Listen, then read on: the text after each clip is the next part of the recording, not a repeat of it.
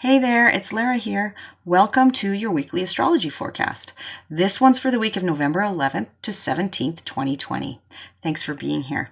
I'm going to get right to it because if you saw last week's video, you know that I said there was a lot going on this week, and I tried to save it for this week, but there is a lot to talk about, so I'm going to dive right in. We're going to spend the majority of the time talking about the upcoming new moon in Scorpio, which is happening on Sunday in Eastern time zone. But before we get there, there's some other kind of big deal things that I want to talk to you about that are happening this week. It is really a week of where things are shifting, right? We're seeing momentum in one direction or the other. So right now, as I'm recording this, the moon has entered the cardinal air sign of Libra. And, we're at that stage in the month where we're at the dark moon phase, right? And that's the time when just the day or two before the new moon, you can't see the moon in the sky, right? So we're getting there over the next day or two. And that's a time when most of us feel more like retreating. If you're tuned into the moon and her cycles and her ebbs and flows, and you can learn more about that by grabbing my free guide to working with the moon that I have over at my website. The link to that is below. But, you can sense that at that time of the month, when the moon is in her dark phase, it's like a time of retreat. It's a time we might feel a little bit less like being social. We might feel a little more inclined to, to just kind of chill and be in our own head and our own space. And we might feel more tired and that kind of thing, right? So, and then as the moon moves from Libra into Scorpio, which happens on Friday, she will prepare for the new moon in Scorpio, which is happening on Sunday. So, and then she'll move on into Sagittarius on Sunday night and Capricorn on Tuesday. So that is where the moon is at. And it's a good time. Yesterday we had Mercury re-enter Scorpio, right? Because Mercury is now direct. And so moving into Scorpio again, covering some ground in Scorpio that it's already covered. So we may get a little bit of clarity in terms of, what we've been reflecting on or reviewing or rejigging. We may have a bit of a shift in direction in terms of what's been going on in the Scorpio part of our chart. And it's a good time to, as we're maybe in a bit more of a retreat before the new moon, sort of the retreat phase, that we think about what we might like to plant at the new moon, right? And then at the new moon, we set our intentions. So it's a good time to consider what intentions you might want to set at the new moon. And then tomorrow. So tomorrow there is the third and final, so November 12th, the third and final conjunction of Jupiter and Pluto in Capricorn at 22 degrees of Capricorn specifically, which is the same degree that Saturn and Pluto met up in the sky. So the same degree as the Saturn-Pluto conjunction that we had in January of this year. It was the big kickoff to 2020, and we know what that's been like, right? What 2020 has been like. So this 22 degree point of Capricorn has really been getting an overhaul. And, those final degrees of the cardinal signs in general, right? The other cardinal signs are Cancer, Aries, and Libra. I've been really triggered. And as I talked about a lot in last week's video, because I spoke about the cardinal signs quite a bit. So if you didn't see that, that might be worth checking out. But the cardinal signs are the initiators. And I think we can all agree that at least on some level, 2020 has been an initiation of sorts, right? For some of it's been very personal. For some of us, it's just what's been going on in the world. For many of us, it's both, right? But if you have planets significant placements around that sort of 22-degree mark, give or take, a couple of degrees on each side, in particular, of Capricorn or the other cardinal signs, Cancer, Libra, Aries, then you are one of those people that has no doubt been feeling this year on a very personal level, right? And we've got, as I said, Jupiter, Pluto making their third and final conjunction. So they met up in April 5th of this year, and then again on June 30th. So think about what was going on in the world and in your life around those times when Jupiter and Pluto met in the sky, right? We had, on a more collective scale, we had the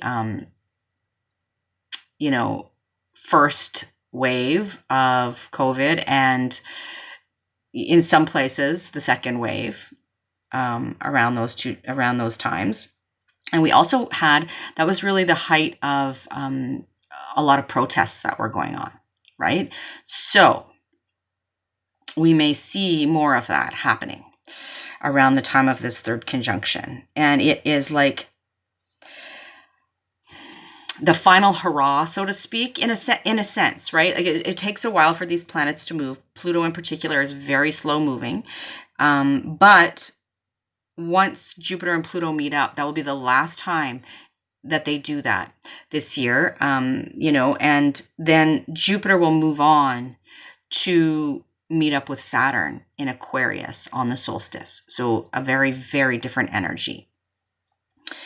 Jupiter amplifies, it expands whatever it touches, right?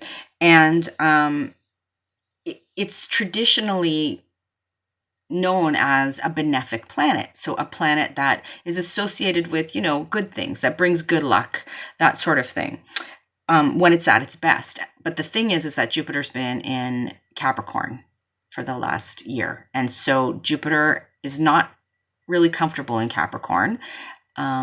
It is not a welcome house guest, right? And so it can't really do its job all that well. It's still a benefic planet, but it has a harder time performing its true function, right? And so we've seen that, wherever the Capricorn area of your chart is, you've got Jupiter moving through there, but it's not necessarily going to bring you super good luck and good fortune in that particular area because it's not really at home there, right? So it's just trying to survive kind of thing and make the best of it. So Jupiter amplifies, it expands. Pluto is a planet that is associated with things like power and, power dynamics and transformation. Also fear and angst, that kind of thing, right? And the resilience that comes with really getting through life's, most vulnerable kind of experiences, right? And intense experiences. Pluto likes to drag the skeletons out of the closet. Both of these planets are associated with truth on some level. Pluto, likes to dig for the truth in all the dark corners and expose, maybe the nasty bits and that sort of thing. And Jupiter is more concerned with, big T truth kind of thing, if you get what I mean by that. And so, and the seeking of wisdom and that sort of thing. So it's like Jupiter is amplifying, these energies. These are big energies, amplification and magnification, like, on many levels. And it's kind of like Jupiter, is saying, like at this third and final conjunction here, I've done all the amplification I can do here, of these issues, of these things that are sort of the dark Plutonian things that maybe we don't necessarily love to look at. But, I've done everything I can do. I'm leaving the rest of the transformation, right? Pluto, up to you. And Pluto remains in Capricorn until 2024. So the dismantling and eventual sort of rebirth that's going on in Capricorn is not over yet. But Pluto's in it for the long game, right? And Jupiter is saying, look, I held a magnifying glass over all of this for you. I amplified it. To show everybody the things that maybe we don't necessarily want to look at, but we need to look at, right? And now I'm moving on, and I'm going to meet up with Saturn, and, we got some other business to take care of, sort of thing, in Aquarius. One last thing I wanted to say about this is that historically, Jupiter and Pluto conjunctions have been associated with pandemics and plagues.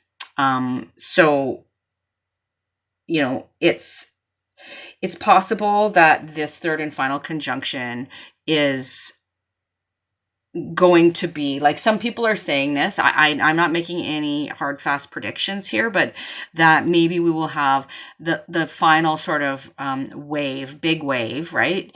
And then eventually, things will subside, or at least we'll learn to live with it, maybe a little bit more efficiently, kind of thing. So, but the interesting thing is that the pandemic really has been the backdrop, right, for all that's gone on. And it's really forced us, I think, to take a look at our current reality and our current truth, right, personally and collectively, I think. And sort of contemplate and decide whether that is acceptable to us, right? And whether or not it's sustainable, our current reality, or desirable. And if the answer is no, personally and or collectively, the question becomes, what are we going to do about it, right?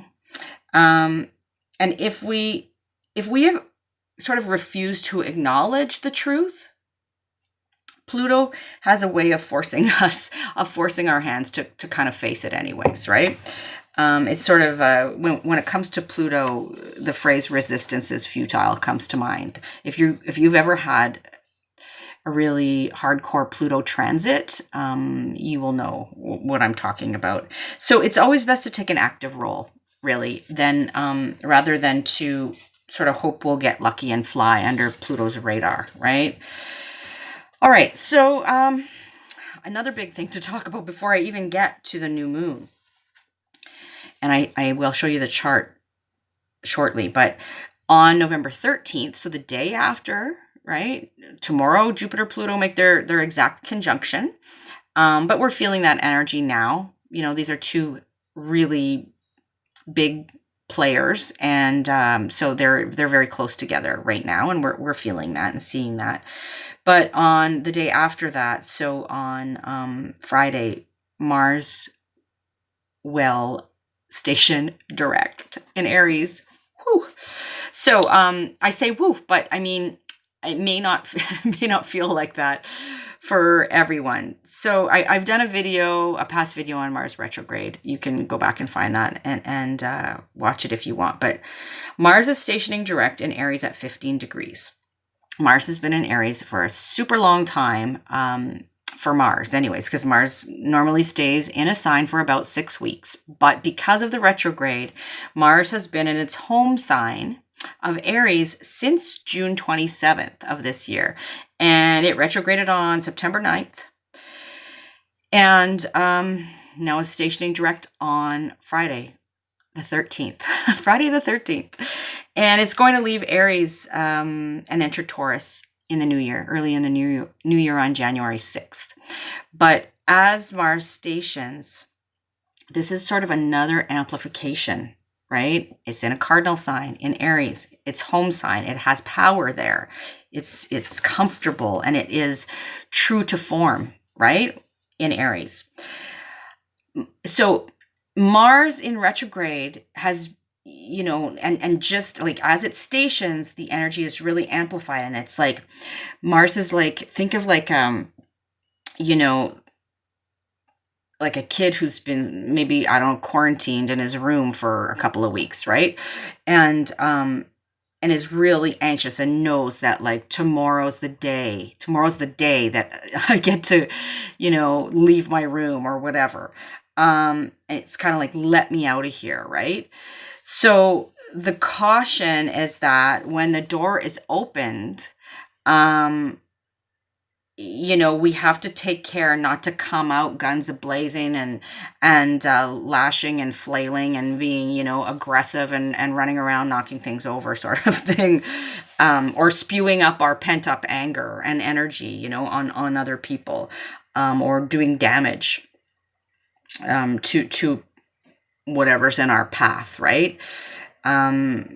So it's really advisable to check in. How are you feeling? How are you feeling physically, emotionally, all those things, and just make sure that as Mars gains momentum, it's like it can be a really good thing because we can make headway with whatever's been kind of stewing and brewing in the Aries area of our chart. Whatever we've been working on there, we can make some real headway, right? And start to move forward and take action. Mars is, wants to take action. And eventually kind of pick up speed with that. But we don't want to be overly aggressive or impulsive and do damage, right? To others or to ourselves. So, there's a really marked change in momentum happening this week. And it takes a while for us for the speed to pick up, but it's definitely on the way. And now we're going to get to finally talking about the new moon, but I'm going to show you the chart real quick first. So here's the chart for the new moon, which is happening in Scorpio at 23 degrees of the fixed water sign, right? And that is on November 15th at just after midnight Eastern time, 12:07. So, which would be AM, right? 12:07 AM on November 15th Eastern. So you can adjust accordingly. But here we have the sun and the moon together in the sign of Scorpio, because at a new moon, the sun and the moon always come together to birth something new. Right? And there you see Mercury direct in Scorpio. Then we've got something that I want to point out to you in relation to this new moon. We've got Saturn, Pallas Athena. There's Jupiter and Pluto. You can see, right? Conjunct. But the sun and the moon at the time of the new moon are making a what we call a sextile to Jupiter and Pluto, right? And Pallas Athena. So, and to a lesser degree, Saturn, but closer in degree to those other planets. And so a sextile is a conversation of opportunity. I'm going to pull the chart away. That's all I want to show you on the chart right now. That's what we're going to focus on. And, this is the most significant feature of this new moon. Right? It's in Scorpio. So we'll talk about what part of the chart that's at for you and what themes are being, that you have an opportunity to plant some new seeds, set some new intentions, start something new, initiate something, right? In your own life. But it is a conversation of opportunity and help and potential. That's what sextiles sort of indicate. But we have to do something with the potential, with whatever potential, right? Or ever opportunity. We need to seize the opportunity or it can pass us by. So let's just talk about Scorpio for a minute here. Scorpio, we're in Scorpio season, right now, is a fixed water sign. It's traditionally ruled by the planet Mars, but the modern ruler is Pluto. And it's, a phrase that comes to mind when I think of Scorpio is still waters run deep, right? It's fixed water. And Scorpio, I've said a lot of things about Scorpio over the course of these videos. I have a Scorpio moon, so, it's an energy, and I have a lot of planets in the 8th house, which Scorpio rules. So, I'm intimately connected or, aware of this energy. And Scorpio has an awareness of emotional water. It's a water sign, emotional pain. And there's oftentimes people with Scorpio, a lot of Scorpio in their chart, have either experienced a lot of trauma, or they have witnessed trauma, or they may, through family, through work, through whatever. But there is some sort of association there. And so, they can relate to and understand the emotional pain of other people. Sometimes they have a difficult time articulating it, and oftentimes they're quite secretive about their own emotional pain, right? Because other people just don't feel it on the level that Scorpio does. So Scorpio is, some keywords when we're talking about Scorpio. Scorpio is intense, stealth, perceptive, very strategic, penetrating would be a Scorpio word, definitely. Resilient, and very questioning, right? Always wanting to know why, always wanting to get to the bottom of things, to the bottom of the deep, dark lake kind of thing. And they often have this compulsion to intentionally seek out the darkness or the underbelly, to like what's underneath it all kind of thing. And, they're not likely, like, it's like no stone unturned, right? When Scorpio's trying to figure something out or get to the bottom of something, there's this real need to know. And I always think of Sherlock Holmes, specifically if you've ever seen the one, well, there's the Robert Downey Jr. series of movies, but there's also the Netflix series with Benedict Cumberbatch, right, who plays Sherlock Holmes. So I think of those characters very much when I think of Scorpio.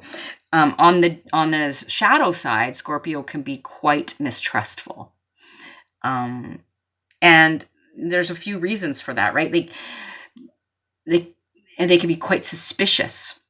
And a level of suspicion is not a bad thing, right? A sort of sitting back and observing and going, let's just see what happens here. I'm not sure if I trust this, right? There's a real instinctual kind of nature to Scorpio, and an ability to be able to really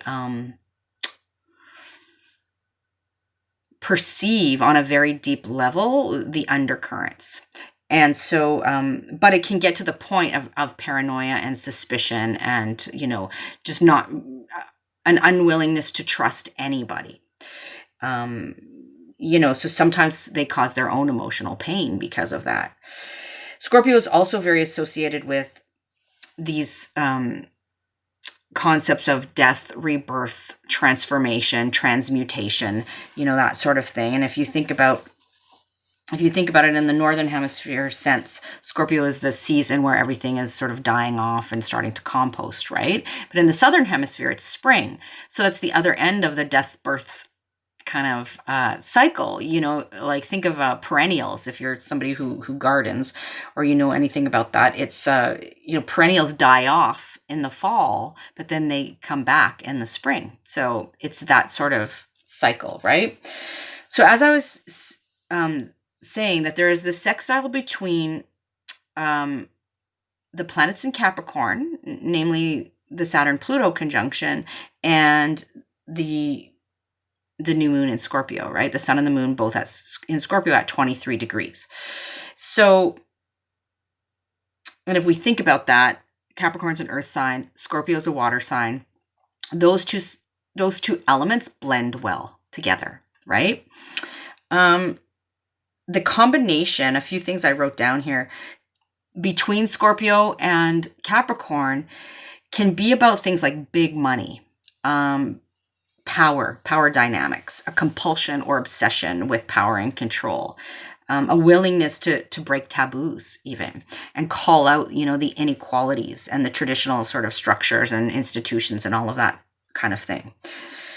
And there's one other thing happening. I'm just going to touch on it real quick because I want to start going through the signs, but Venus is in Libra, right? A cardinal sign. Eris is in Aries, a cardinal sign.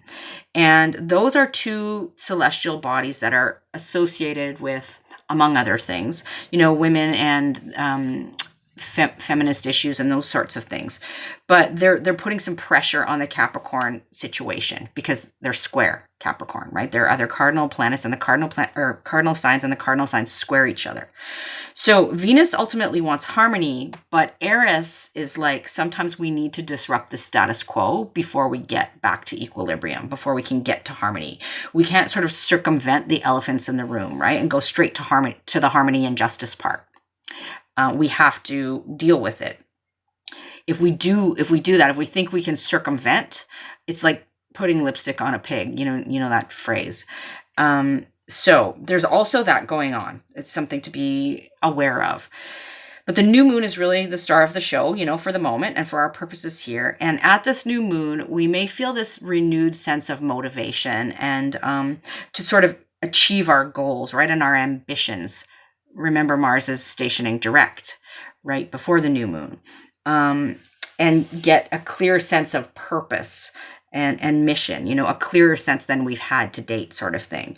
And that renewed sense of purpose and potential can be met with a stroke of luck. Jupiter is there, but it is in its fall, like I said, in Capricorn. So it is...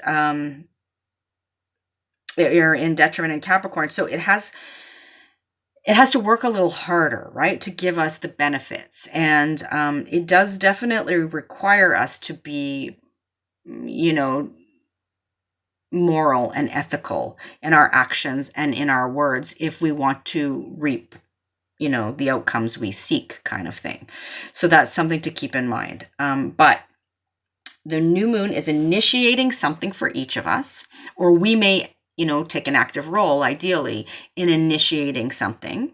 And that will be in relation to the Scorpio area of our chart. So whatever house Scorpio sits in for you, which we're getting to, is where, if you're going to set intentions, it's good to focus on those specific themes, beginning something new or initiating something new in relation to those themes of the house that Scorpio sits, right? So, and if you have, planets, significant placements around the 23 degree, right, 22, 23 degree mark, give or take, of the fixed signs, which are Scorpio, Taurus, Leo, and Aquarius, then this new moon will be particularly potent for you. But there is that sextile from Capricorn, right, as well. So you could take a look at where does Capricorn sit in relation to Scorpio, right? And by now you probably know, if you've been watching these videos for a while, you know where Capricorn is in your chart because I've talked about it ad nauseum all year. So we're just going to deal with the Scorpio house here.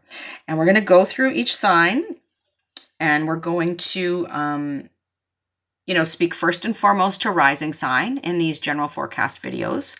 And I'm using whole sign houses, right, in these general videos as well. And I always start with the first house rather than starting with Aries all the time. And, makes it a little bit fair for people. But also, first house is whatever sign is experiencing whatever, event in the first house. That's who I start with. So in this case, that's Scorpio. And we've talked a lot about you, Scorpio, in this video. It's your season, right? That the spotlight is on you. And this new moon is like, the initiation. If you're a Scorpio sun, in particular of your birthday year, of your solar return year, right? And so, and if you're a Scorpio rising, it's happening in your first house. So the spotlight is on you. So, it's an initiation. It's a big initiation because it has to do with you as a person, your physical body and vitality and sense of, physical sort of wellness. It has to do with, who you are out in the world, how you project yourself out in the world, and how the world perceives you, how you respond to the world, instinctually kind of thing. So it's like a big old opportunity for hitting the reset button, right? Initiating something significant, some new thing in relation to who you are. And how you're, like I said, how you project yourself and how you're perceived in the world, right? And maybe in relation to your physical being as well, your appearance, those sorts of things. So that's, those are the areas for you, Scorpio, that you should focus on if you're setting intentions. It's really kind of like, what do I want this, if it's your birthday, this next year to look like? Who do I want to be in the world, right? So that's for you, Scorpio. Next, we've got Libra. So Libra, for you, the new moon is planting seeds in your second house. And this has to do with your personal resources, your money, your time, your energy. It also has to do with, what you value, and your sense of self-worth. How you make a living is often second house related in terms of, using your skills and talents, that sort of thing. So for you, those are the areas to take a look at and to think about, what do I want to initiate here? What new beginning do I want to focus on? And plant those seeds and nurture them, sort of. So that's for you, Libra. And of course, listen to the introduction because there's a lot of stuff going on that is relevant to this, right? Just listening to this little snippet is not really going to give you all the info that you need. All right, moving on to Virgo. Virgo, for you, we've got the new moon birthing something new in your third house.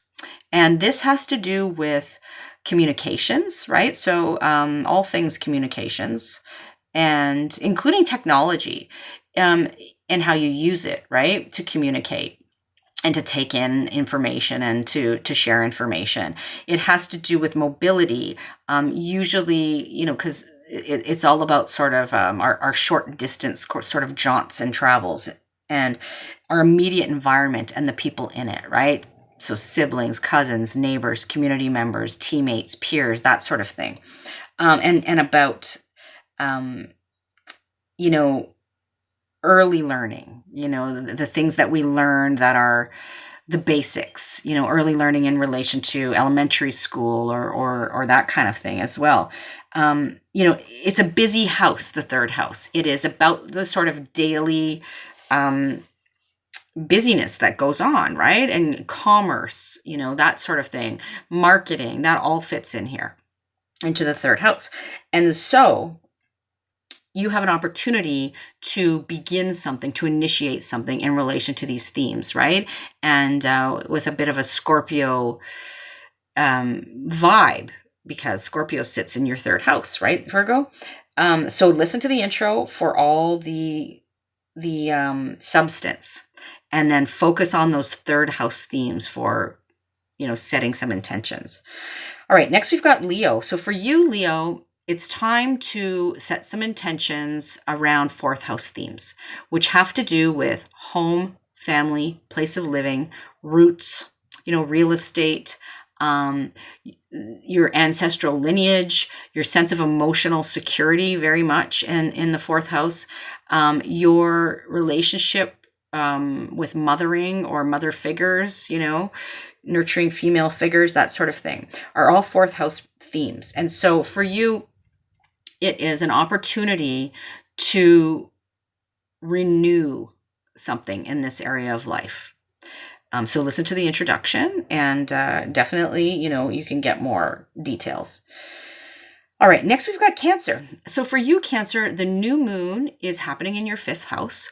So there is something, an opportunity to begin something new, to initiate something, to get something off the ground, to plant the seeds, all those new moon phrases in relation to your sense of personal creativity, creative projects, very much about children and the role that they play, whether they be your own children or other people's children that you're associated with, all things fertility, that sort of thing, and what sparks joy for you, right? What brings you a sense of pleasure and fun? So it's an opportunity to take a look at those themes and say, what needs renewing here? What seeds am I going to plant? What am I going to initiate? What do I want to begin in relation to those themes at the time of this new moon? All right, so that's for you, Cancer. Next, we've got Gemini, where the new moon is happening in your 6th house. So for you, Gemini, this is an opportunity to start something new in terms of your daily routine, in terms of, the daily grind, your routines around health and wellness, anything related to illness and health. Pets fall into the 6th house as well. How we are in service, our relationship with, like relationships among unequals falls into the 3rd house as well. But it's really about sort of your daily routine and your sense of health and wellness and the routines around that. And so there's an opportunity here for you, Gemini, to begin something new, to initiate something, in relation to those 6th house themes. All right, next we're moving on to Taurus. Taurus, for you, this is about new beginnings in your house of relationships, right? The 7th house, close personal one-to-one relationships, whether that be significant others, or a marriage partner, or a significant other, or business partners, close friends and family members, rivals, the people that you sort of are in competition with, that this is not like 12th house, which is more about, people that are maybe sabotaging you or trying to sabotage you that you don't know about. But 7th house is more about your known rivals, but it's very much about relationship. It also speaks to contracts and agreements. So for you, Taurus, something new is being initiated here, a new way of relating, perhaps a new relationship, a new business agreement, a new contract in some way, shape, or form. But there's an opportunity to initiate something, to get something off the ground, to plant those seeds of intention in relation to the 7th house themes. All right, next we're moving on to Aries. For you, Aries, the new moon in Scorpio is happening in your 8th house. Scorpio is in the 8th house for you. You are also a Mars-ruled sign, just like Scorpio. And Mars is stationing, right, direct, right before the new moon. So there is this real sense of coming out of the gate, right, for Aries. Just be mindful not to do it in such a way that, you wear yourself out too quickly, or that you are being overly aggressive, but it will probably feel good for Aries people to be able to get that sense of forward momentum again. But for you, the new moon specifically is happening in the 8th house, and that relates to things like other people's money, right? Other people's resources. So other people's time, energy, and money, like I said. And so on a practical level, this can be things like taxes and insurance and loans and debt, and inheritance and all that kind of stuff, right? It can also have to do with your intimate connections with others, so how you are entangled with other people. And it speaks to that cycle of death and rebirth that we spoke about, at some length in the introduction in relation to Scorpio. So definitely listen to the introduction. But that is where the new moon is happening for you, Aries. So it's a time to renew things and to plant some seeds of intention in that area of life for you. Next, we have Pisces. Pisces, for you, the new moon is asking you to focus your intentions on ninth house themes, right? And that has to do with things like your worldview, your philosophy, your belief system, higher education, so things that we learn and teach beyond the basics. It has to do with teaching, learning, publishing, getting your message out, what you learn from foreign people and places, sometimes foreign travel, that sort of thing. Your connection with foreign people and places. So for you, Pisces, that's where the new moon is happening. And so it's a time to renew something here, to start something new, maybe a new course of study, just as one simple example, and to initiate that at the time of this new moon, and then nurture it, right? Nurture it to watch it grow and to help it grow. So that's for you, Pisces. Next, we have Aquarius. So for you, Aquarius, the new moon is happening in your 10th house of career, of public reputation and persona, of, your sense of material security, your relationship to authority, the legacy you wish to leave. These sorts of themes are being highlighted at the new moon. So it's an opportunity to begin something new in relation to those 10th house themes, right? To plant some seeds of intention there and to help them grow in relation to 10th house themes. So last but not least, in this case, we've got Capricorn. So Capricorn, for you, this new moon is in your 11th house. And you've got, right, all these planets in your sign still, and that Jupiter Pluto conjunction happening in your sign, but the new moon is making a positive conversation to those planets in your sign. So this is a good opportunity for you to begin something new, to plant some seeds of intention in relation to 11th house themes, which are things like your association with groups, with the collective, with friends, friendship groups, with humanitarian causes, with any kind of networking and organization that you are involved in or want to be involved in.